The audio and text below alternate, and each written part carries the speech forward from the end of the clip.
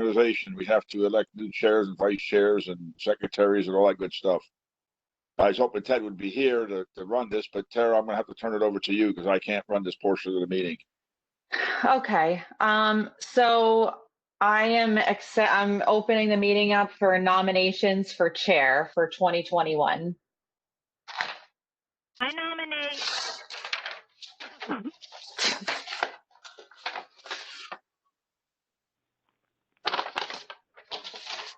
Oh, Kathy, it just went out. What? Yeah. I know, I'm like, uh-oh.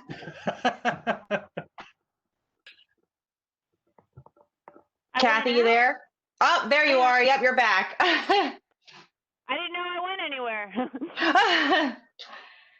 I'm sorry, you said all we heard was I nominate, and then that was it. Oh, no. Oh, well, I nominate Bob. Okay. Second that. Okay. Is there any other nominations for chair? No. Okay. So hearing no other nominations, I think I have to do a roll call, right? Or do a motion? Yeah. Okay, so I will do a roll call then, I guess. So Kathy Blumig. Yep. Al Pachalik. Yes. Can you hear me? I can, yep. Okay, so yep, yes. Rick Johnson. Yep. And I think that's all that's here right now for the group. Yep, I still don't see Michael on here yet. Okay, so then Bob, congratulations. Yeah, wonderful. You're back. Hey, you're back and better than ever. I vote we give Bobby a raise. Yeah. Yeah. We'll get you a Rube. No. All right, I'll entertain nominations for vice chair.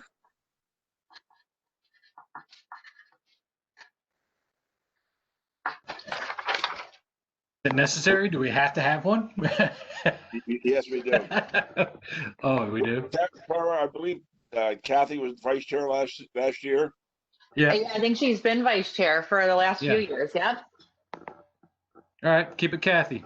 Kathy, sorry. Nominating you for vice chair. Okay. Somebody second that? I'll second that.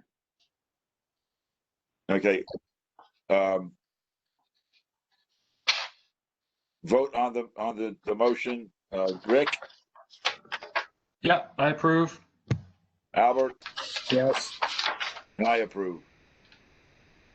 All right, congratulations. Okay. All right, thanks, folks.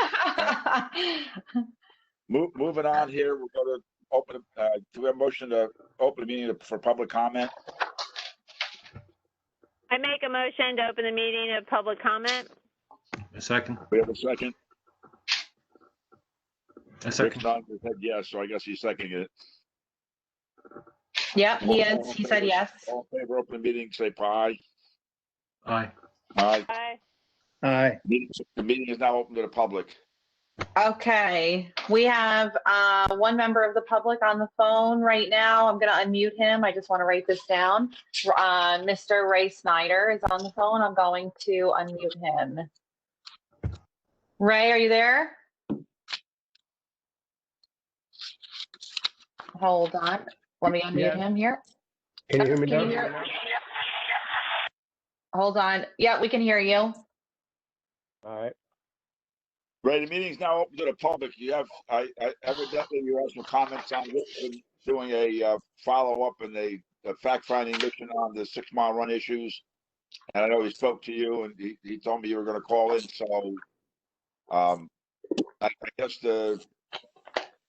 what do you got? What are your concerns? And Rick, maybe you can lead this discussion because you're in charge of this endeavor. Yeah, I can lead Ray in.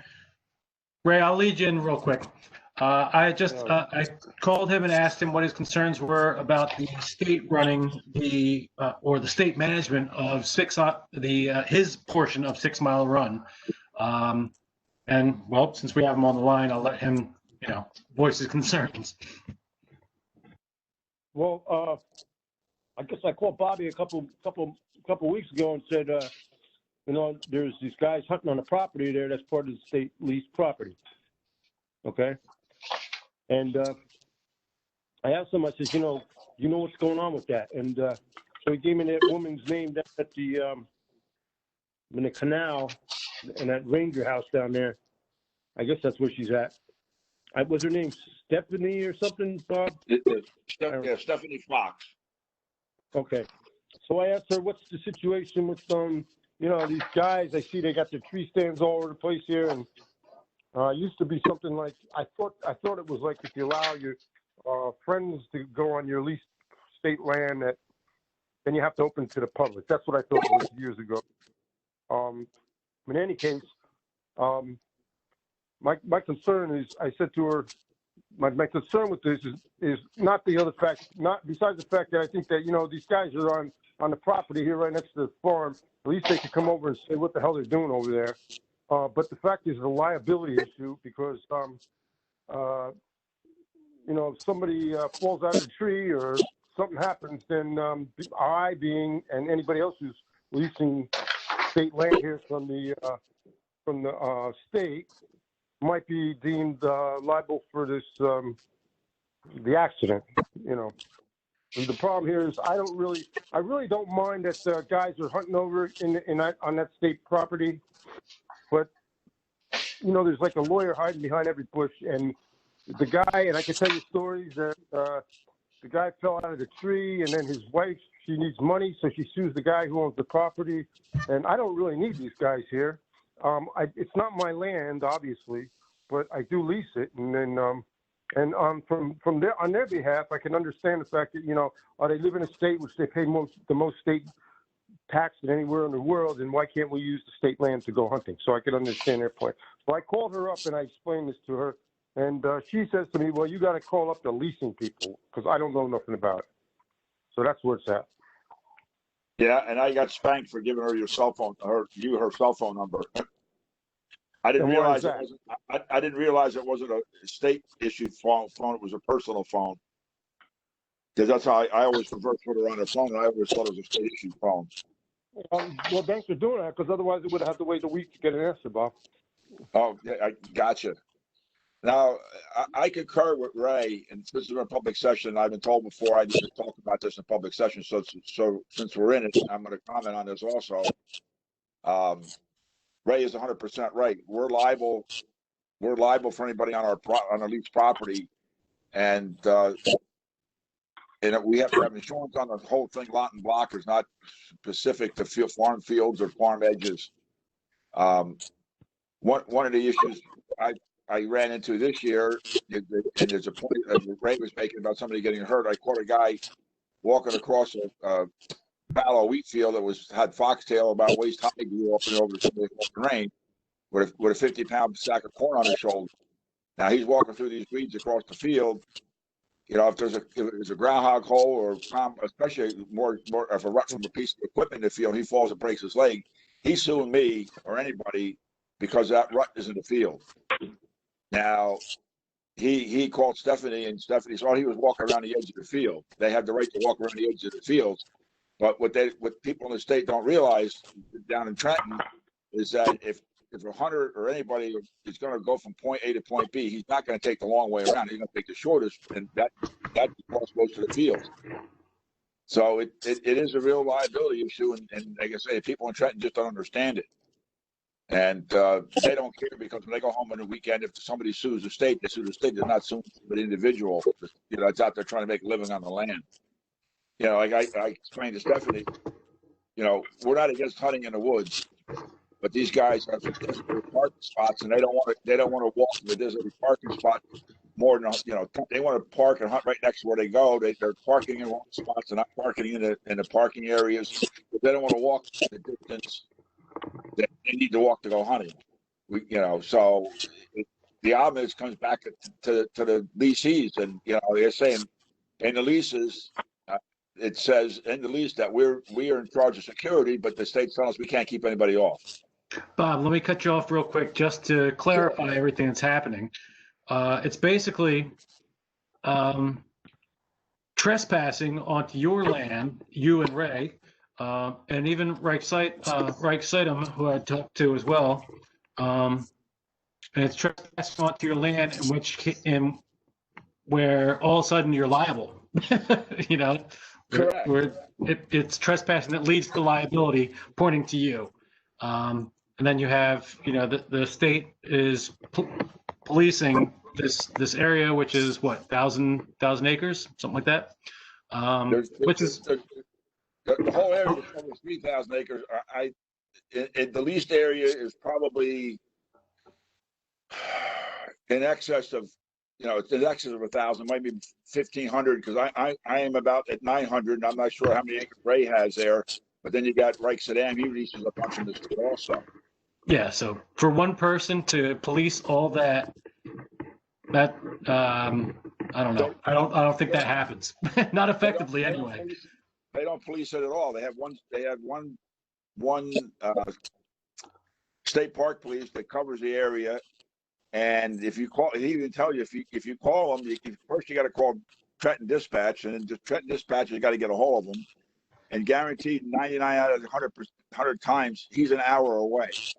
Sure. So, yeah. I'm curious about if farmers lease land on wildlife management areas. So how does that work? Kathy, I don't know how those leases run.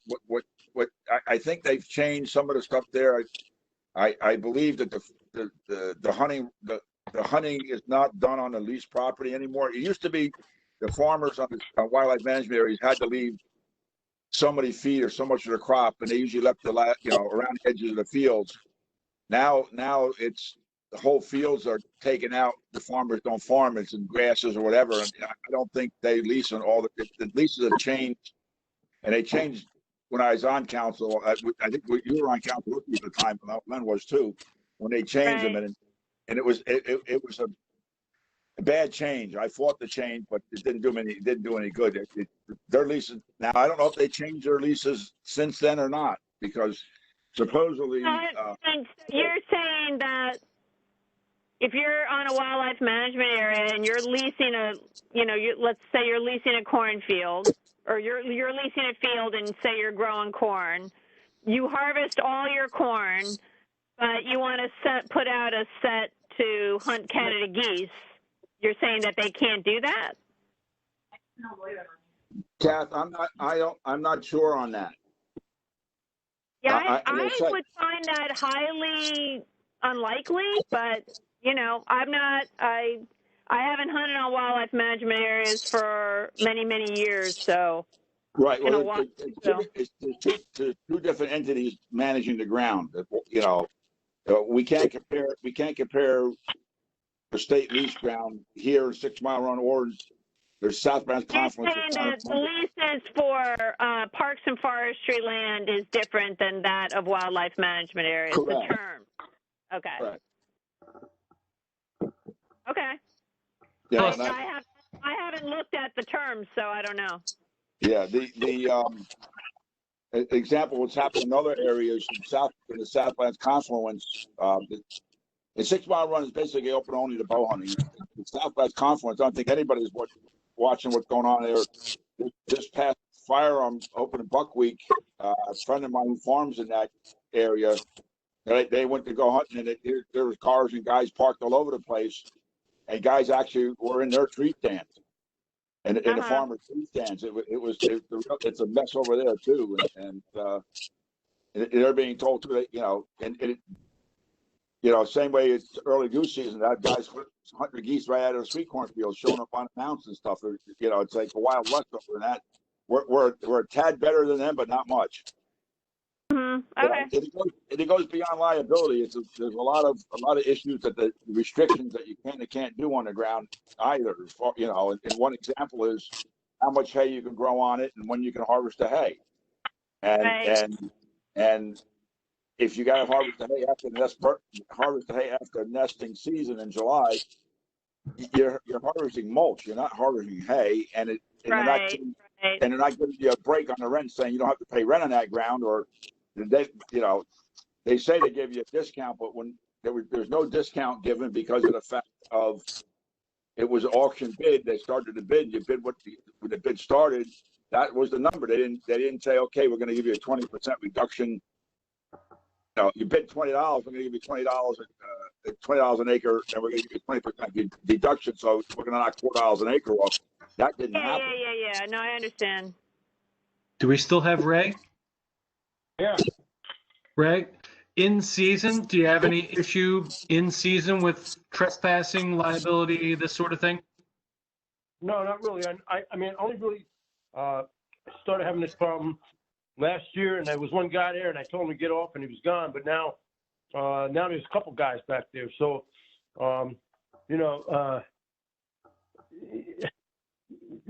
that's here's the bottom line. Like I said, I don't mind these guys here, but like Bobby's saying, unfortunately, there's lawyers and there's people that sue, and they don't care where they get their money from, and so it kills all our freedoms. It takes all our freedoms away, But that's what we got to deal with. So I know that the state, in order to lease this land, we got to sign all these papers. They come up with more papers every year. You got to keep signing. But I don't see anything about what happens if that woman Stephanie. She said, yeah, we get sued every year in the 6 Mile Road from some hunt. So I don't know what's going on. I'm gonna start throwing mothballs around here. So I'll keep them out of here. That's what I'll do. Yeah. In talking with you, Reich, and Bob, Reich had said he does not have a axe to grind in the the liability factor, but he said as far as bringing it from the state into the town as a town run, like a ranger, he said yes. Yeah, we could put him down as a yes. So. I will hear. Yeah, Look, if the state comes and says to me, if the state signs some kind of a paper here, saying that we're taking total liability and we're held harmless, then look, pretty much I don't have a problem with it. But yeah. I don't see that. I don't see the paper, and I don't see it happening. More accessibility, if we have somebody that's a little closer that can react quicker, like Bob said, it could be an hour before we have somebody here to, solve a situation. Well, that's not what I'm saying. All they got to do is go and register with the woman down there at the house down there, and then they put their stand up. Then they're supposed to put their name on the stand, telephone number, and they get some kind of ID number, and then they're not allowed to hunt on Sundays. That's within the 6 Mile Run. So, and then here's the other thing. There's all this public land across the street on all sides of me, and they all got to come over here on my little piece of land, and it's ridiculous. So, dog will hunt. I need a liability waiver. I need a liability waiver. That's what I need. Okay. Yeah, the state's not going to let sign off on us to hold harmless for the tenants. I've been down that pipe with them many times, and like I say, I've got bigger issues because I got a lot more ground. Like I say, I had a guy actually, in the last 2 years, Stephanie tried to run their program similar to Franklin's program, and but there's no checks and balances. We've got a better checks and balance system for some reason than the state does, and one of the reasons being these hunters can go on, or anybody can go on the state website and bring up a map of 6 Mile Run, and it shows that it's all whatever people want to do. That's right. Yeah, that's right. That's right. Yeah. Like I say, I caught a guy this past early bow season parked in a soybean field. He told me, he told me he could do what he wanted to do because it's on a map that he could hunt there and he could, do what he kind of wants to do. And he and I kind of got into it a little bit. The next day, Stephanie threw him out of the program. I don't know for a year or for forever, but I'm constantly taking pictures and sending her stuff, and it's just, it's an extra, I'd say, job, or really it becomes a job trying to keep these guys in check. Because and they'll tell her, oh yeah, we're walking along the edge of the field and this and that and everything else. And the one guy walking through the field, I'm thinking about it a little bit. He actually had to cross private property to get to the state property. And that's the state. The state has no idea about half of the stuff. The mapping is terrible. And there's areas that shouldn't be open because in accessibility to be able to hunt there.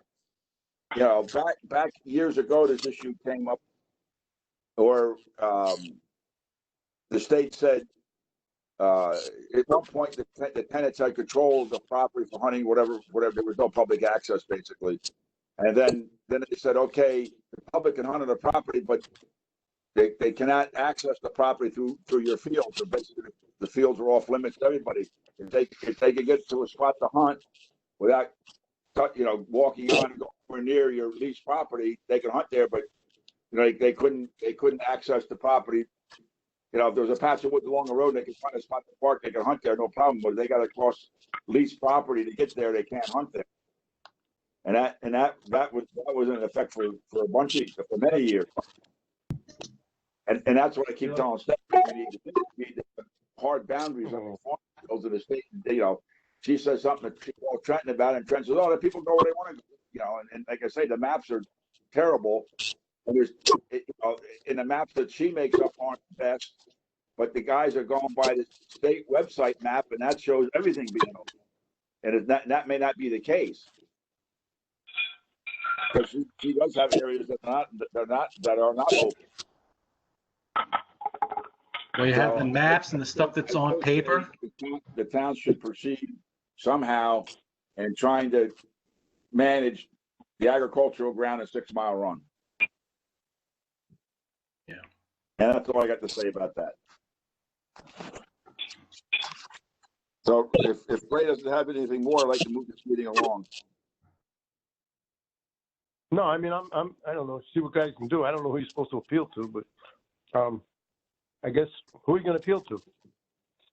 Well, Ray, I think what we have to do, because I brought this up with open space many times, and the reason Rick is getting in to kind of take the lead on this, the Ag Committee needs to make a recommendation to the Open Space Committee, and hopefully the Open Space Committee makes a recommendation to the council. And then the council follows up with the town manager and, the legality, whatever. It's probably a long drawn out process, but nothing ventured, nothing lost. And this all came up. I brought this up because, I don't know, 6 months ago or more now, the governor said he was going to maybe privatize, maybe the wrong word, basically farm out some of the responsibilities of the state's holdings, grounds or whatever, parks and what have you, to basically private or entities or non-profit, to white groups or whatever. So I think, like I say, that's how I come on. I read a story about what the governor was trying to, do. So our committee, to come up with a resolution or recommendation that we can present to the Open Space Committee, and hopefully they'll follow our lead and then forward that, make their own resolution and stuff, and give it to council to forward it to council, see if the council acts on it or not. Yeah.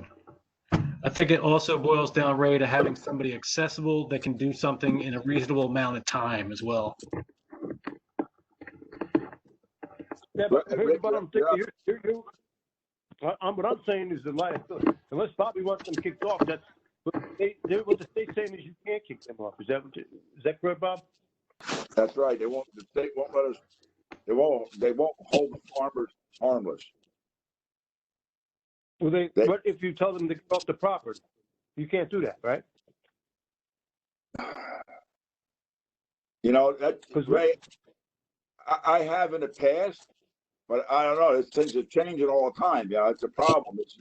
Nobody will back you on that. I mean, I run them off. If I catch them, I run them off the field. Okay, so Rick, what you're saying is you're going to get somebody from the town that's going to be like a policeman, but there's a possibility that you can't legally tell these people to leave. So I don't know if that's Yes, and that's probably some of the smaller details that can be hashed out later. I think in the broader spectrum of things, right now, the state, there's a riot on the Capitol steps, and there's a hunter on your property. What are they going to do? So I think let's bring it to the town here and bring it bring it in-house where we're taking care of our town. All right. Well, it's not not an emergency plan or nothing like that. I just That was a gross example, but just to kind of put put scenarios out there. Don't forget about the week. Don't worry about it. All right, guys, I'm leaving. Thank you. Thanks, Ray. Thanks, Ray. All right, bye. Thank you. Thanks, Ray. Hold on, there's one more person on here. Let me unmute. Hi, who's the other caller? Ted, Oh, hi, Ted. How are you? I can't get on through the link that you sent. It just keeps saying my password is wrong. That's what happened to Bob, too. Yeah, that happened to me too, and I did it like 3 or 4 times. That's why I was late, and then it finally hooked up. It did. That's so strange. I don't understand. Mine was Well, fine. Normally, logging on to the WebEx, I use it's Councilman Chase at franklinnj.gov, and then I use my township password, and that works. In this case, it came up wanting my Comcast email address and presumably that password, but that didn't work. I don't know. Yeah, that I don't understand yet because Rick got in okay, right? I got in okay, but Bob had a problem too. I just did the temporarily get in there right now. Like it asked me if I wanted to install this and that and all this stuff. I said, no, just get me in there now. And I'm going to delete I'm going to delete all this off my computer because it slows it down anyway. So. Got it. All right. I'll double check into it and see what is going on, but yeah. I mean, when I've had problems before, it's that somebody put in, I don't know, an older password. Or, I had trouble getting onto planning board once, and it was that Christine had put in an older township email address. For you? In this case, it seems to be thinking my Comcast email address, but that would have been with a Comcast password of some time ago, so that doesn't work. Yeah, no, in your email here, I'm looking at it. It's the councilman.chase@franklinnj.gov. That's strange. Huh. All right. Well, I'll look into, I don't know. Yeah, I'll see what I can find out though. All right, but we'll keep you on. Councilman Chase, but Yeah. All right. Well, we'll keep you on the phone. Kathy's on the phone too. So. All right. Next order is to close the public, motion to close the public session. I make a motion to close the public session. We have a second. Second it. All in favor? Aye. Aye. All right. Just to bring up, Rick, I think it would like you after you talk to Reich, you talk to me a little bit, you talk to Ray, you know. Would you be so kind if they put a resolution together for a meeting down the road here that we can present to open space, come up with something or that we can look at? We'll edit it as a committee and maybe send over to the open space committee. Okay.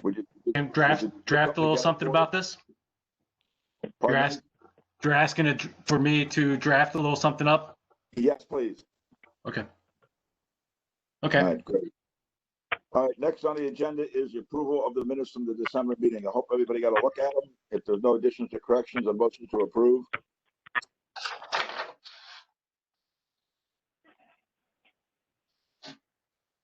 Last month minutes approved? Yeah. Make a motion. Yeah. Yeah, here a second. Second. All right, all in favor? Aye. Aye. Minutes of December are approved. Next item is new business. Tara, first thing you have on here is update of hunting maps or mapping. Yeah. So we talked about this at the last meeting, and I said, I think we decided we were going to have a meeting of the Wildlife Management Committee in January. So I figured I would just keep that on just as a reminder. I'm going to schedule it. I figured it probably better to do it like after reorg. So I will call a meeting of the Wildlife Management Committee in the next few weeks, and we can go over the updated hunting maps, and then hopefully in February we can, everyone can look at them, give me like some last final feedback, and then we can use those, moving forward. All right, great. Sounds like a good plan. Next thing you have on the list here is changes to the hunting program at Hutchinson. Yeah. What you've seen is not a change at Hutchinson. Nothing has changed at Hutchinson Memorial Forest. Hutchinson Memorial Forest is bow only hunting. What you're referring to or saw was there was some gun hunting on the Snyder Research Farm and Rutgers Risk Management due to some state law. It's on top of my basically the state law that was put in effect about having firearms on any educational institution, properties, or grounds. What the intent of the law was and how it was interpreted were two different things. It basically is saying you can't have a firearm on any school property, but within the law, it does say that the governing body can exempt firearms on the property. And I think that was put into it because of the fact of some schools have skeet shooting teams and air rifle teams and things like that. There was supposed to be a meeting with the risk management today about that issue, but I think it's become more of a safety issue with Snyder because of the surrounding area more than this law, because they say the law has an exemption of the governing body and we're not quite sure who's the governing body. Is it the lawyers or the dean or the president could make exceptions to that state law? But the penalties for doing it are quite severe. Besides jail time, you lose your hunting and fishing privileges, and your purchase of firearm ID card. The law was intended more to keep shooters off of school properties than it is for hunters. But that's how I've been talking to Fish and Wildlife Conservation officers about it, and they actually sent me the law the other day. They snapped a picture of it and sent me what the law is and stuff. But again, it didn't affect Hutchinson. Everything's running smoothly there because, as I say, it's bow only. Right. Okay. Yeah. So I'm sorry about leaving that name on there, but it's the New Jersey.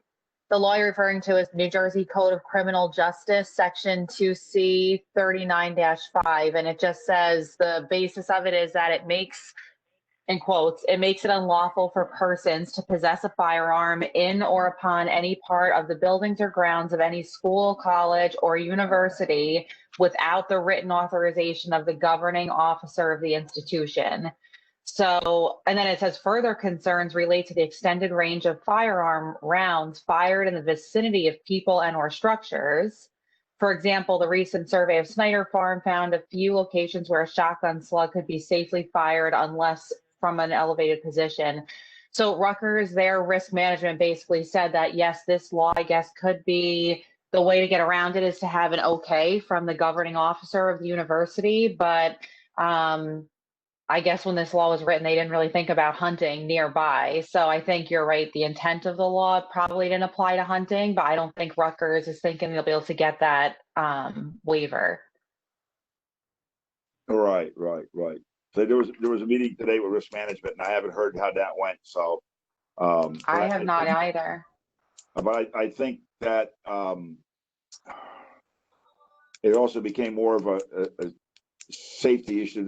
There is management practices for all of Rutgers properties, and some of them were written many years ago. And again, how they are interpreted, that was kind of brought up in this whole discussion. And those management plans for all the properties are going to be rewritten within the next year. Right. But yeah. That's kind of the update on that one. Yeah. So yeah, just wanted to update everybody on that. All right. Next thing on the agenda here is resolution for the pig grant. Okay, so every year, and we talked about it at the last two meetings, how we have to submit an annual application for our municipal planning incentive grant, our municipal PIG grant. We have to send it every year by December 15th to the State Ag Development Committee. So any municipality or county participating in the state's program annually submits it. And it's basically a list of our targeted farms, our preserved farms, any farms that are under contract right now for preservation, the status of our open space trust fund, and a roster of the committee, as well as a list of meeting dates. So, and then the updated mapping that accompanies that. So I submit that every year, which makes us eligible for, the cost share reimbursement on eligible farms, what the SADC considers to be eligible. So this year they made a slight tweak in the application process, and they said they would now like to have a resolution from the governing body that shows, support for the municipal planning incentive grant. So it has to be from the council. So it's going to go before the council, at the end for their approval. But I wanted you all to see it first and make sure you're okay with it before it went to a council meeting. I think I emailed it to all of you, correct? Yeah, I saw it. I think it's well worded. Okay. Yeah, I basically tried to just keep it so that it includes, basically shows them we're fulfilling their requirements and that we can show that we have submitted it on time and that the Ag Advisory Committee has discussed it at the last few meetings. So if this is all okay with you, then I will ask that it be placed on the council agenda probably in February at this point. It's not, it's not a big rush that they need it, but this year they want us to submit it. And then next year and the year after, it'll be, when we do the application, you have to submit it along with that. Okay. Sounds like a good plan to me. I think that I read it over and it seems like it's worded, like I say, worded real well and it encompasses everything. So good job, Tara. Okay, good. I'm glad. So, okay, so I'll get it on unless anyone has any other comments or, wants to change anything. All right. Thank you. The next thing on the agenda is, this is something new that was on there. Tara and I put this on today. There's going to be a prescribed burn at the Bridgetown, John Clyde Memorial Park, whatever we're going to call it these days, down in Bridgetown. Tara, you want to enlighten the committee on what's going on there? Yeah, so we've been talking about, I believe it was like last year when we submitted the app. Well, let me back up for 1 second. So in 2018, Governor Murphy signed legislation that expanded the prescribed burn program and put something into place that gave municipalities who applied and went through the correct process the opportunity to have the fire service plan, conduct, and monitor and extinguish the burn at no cost. So when we were looking at ways to manage the grasslands, prescribed burning was recommended to us by the New Jersey Audubon. So we went through the application process. We've gone through numerous iterations of the mapping and everything. And finally, this morning, we spoke to New Jersey Forest Fire Service. That's who runs it. And they said they're ready to move forward with, doing the burn. So today and tomorrow, and maybe the next day, they'll be doing the prep work they have to do at John Clyde Memorial Native Grasslands Preserve. It's on about 88 acres of the property. They're going to prep it, which involves mowing certain portions of it. And I guess like taking down a few of the, like if there's cedar trees out there, kind of doing that work for us. And then once a window of 3 to 5 days is forecasted for the correct conditions for weather, for wind, direction, wind speed, temperature, and humidity. So it has to be like not perfect, but a pretty good window of time. Once it looks like that's happening, the fire service will give us 48 hours notice that they're going out to do the burn. And at that point, they will have their staff there. Law enforcement and emergency response officials are going to be notified so that they can be on site, and then they'll do the burn on the 88 acres. And it really should, I think, do a really good job. I mean, you all know about burning, so I don't really have to do this spiel here, but just for the benefit of anyone else who's listening, a lot of times after the burn is done, they actually find more nesting birds, There's obviously the native grass seed cycling, the reduction of invasive species. It prevents wildfires. So there's a lot of benefit to doing this, and it's no cost to the township. So it will be done between the day the preparation work is done, which is in the next few days, and April 15th. So as soon as I get any notice that they're doing it, I'll let everyone know. Today, we worked on putting together a separate web page on our website to notify the public. I'm going to do a presentation at the next OSAC meeting. We're putting signage up at the site. We're putting it on Nixle and on Facebook. So the notice will be going out in the next few days so that the public is, well aware, and we'll probably even do some direct notice to the neighboring properties as well. So this way everyone kind of knows what's going on. From an environmental safety standpoint, how do they start the fires? Do you know? I don't know exactly how. However, they told me I can go out and watch, which I will, but I know they do put specific areas where they have extra fuel, and they're trained on how exactly to start it with how much, they know all of those metrics, but They use Drip a torch? match. I'm sorry, a match is Kathy? good. A match is good, yeah. I probably would use a drip torch, but I don't know. Who have you been dealing with? George Effinger. Okay. Yep, he's our section warden that's in charge of that, and so I've been dealing with him directly. But the legislation requires you go through the Forest Fire Service of New Jersey, and they put together the plan. We do the mapping together, make sure it's all good, and then they will actually ignite it. They'll be on site to monitor it. They make sure it's extinguished, and then when it's done, they supply a report to us that shows exactly what was burned, what was used, and how they cleaned up, and everything like that. Right. Anybody So- have any questions for Claire on this issue? I think it's a great program. We've been for years trying to get management of hitting invasive species is the best way to do it. So finally, we're on board finally. So, Yeah, and there was areas of Negri Napodi that were also recommended for prescribed burn by the Audubon, and we decided to just do Griggstown to start because we've never really done it ourselves in Franklin. So we figured let's start with Griggstown. If it's successful, then maybe the next time we can include Negri. But I mean, Somerset County Parks Commission does the prescribed burn. So is Mercer County Parks Commission. They've been very happy with it. So I think it'll be good. all right, very good. Thank you, Tara. New Jersey Conservation Foundation, and they have them do prescribed burns down in the pinelands. So, Yep, that's true. Yep. Fully anticipate getting a hysterical email from Lambros Zethales of 109 Canal Road, who was so hopelessly excited about the security camera, which is mounted on a pole, which makes sure that it can't possibly look in his direction, but he was still excited. So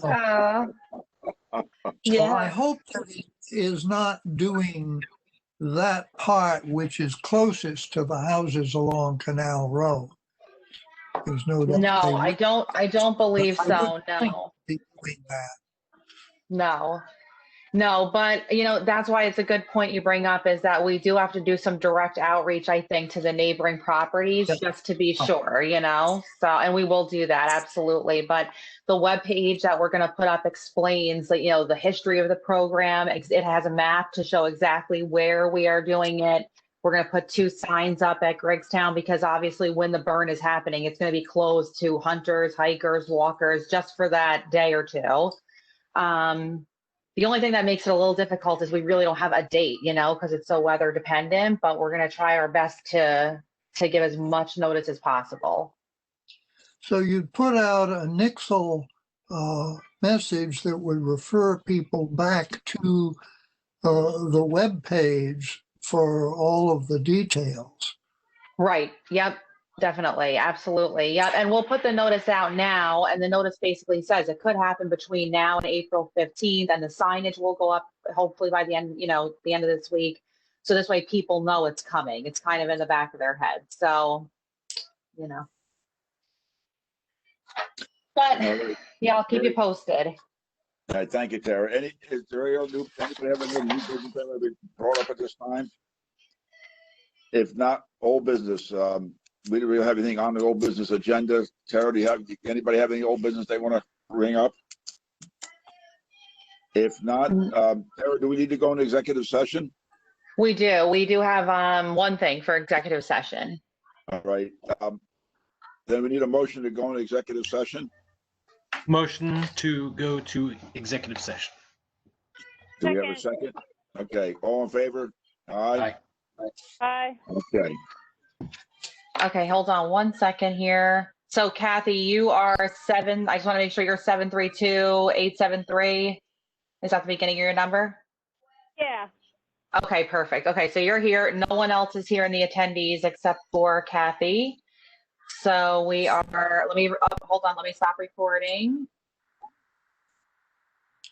Okay. Oh, wait, you know what? I'm sorry, guys. Before we stop recording, I just want to say that after we leave closed session, there's going to be no other business discussed, right, Bob? So we're just going to adjourn. We're gonna Okay.